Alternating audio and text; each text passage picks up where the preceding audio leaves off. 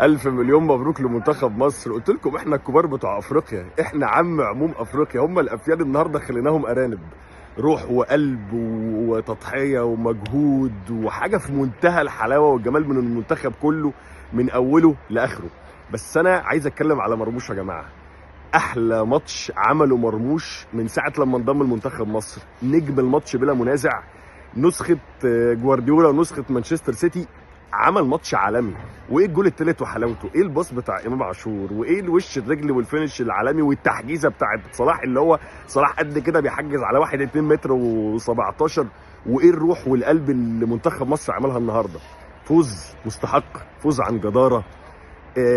كتفنا كوت ديفوار باستثناء الكور الثابته واخر 10 دقائق اللي هم كانوا خلاص بقى الكل في الكل وما عندهمش حاجه يبكوا عليها فضغطونا. غير كده احنا عاملين ماتش 10 على 10، موجودين في السيمي فاينال عن جداره واستحقاق. ولو لعبنا بالروح دي وبالقلب ده وبالتشكيل اللي كان موفق فيه جدا النهارده كابتن حسام، باستثناء بس تغيير تريزيجيه، ان شاء الله ان شاء الله ان شاء الله منتخب مصر موجود في النهائي، وان شاء الله الرجاله راجعين بالتامنه. ألف مليون مبروك لمنتخب مصر، وألف مليون مبروك لجمهور مصر. الفرحة حلوة النهاردة، الناس كلها فرحانة ومصر كلها بتفرح، وربنا معاكم يا رجالة وتفرحونا زيادة وزيادة وترجعوا بالتامنة بإذن الله.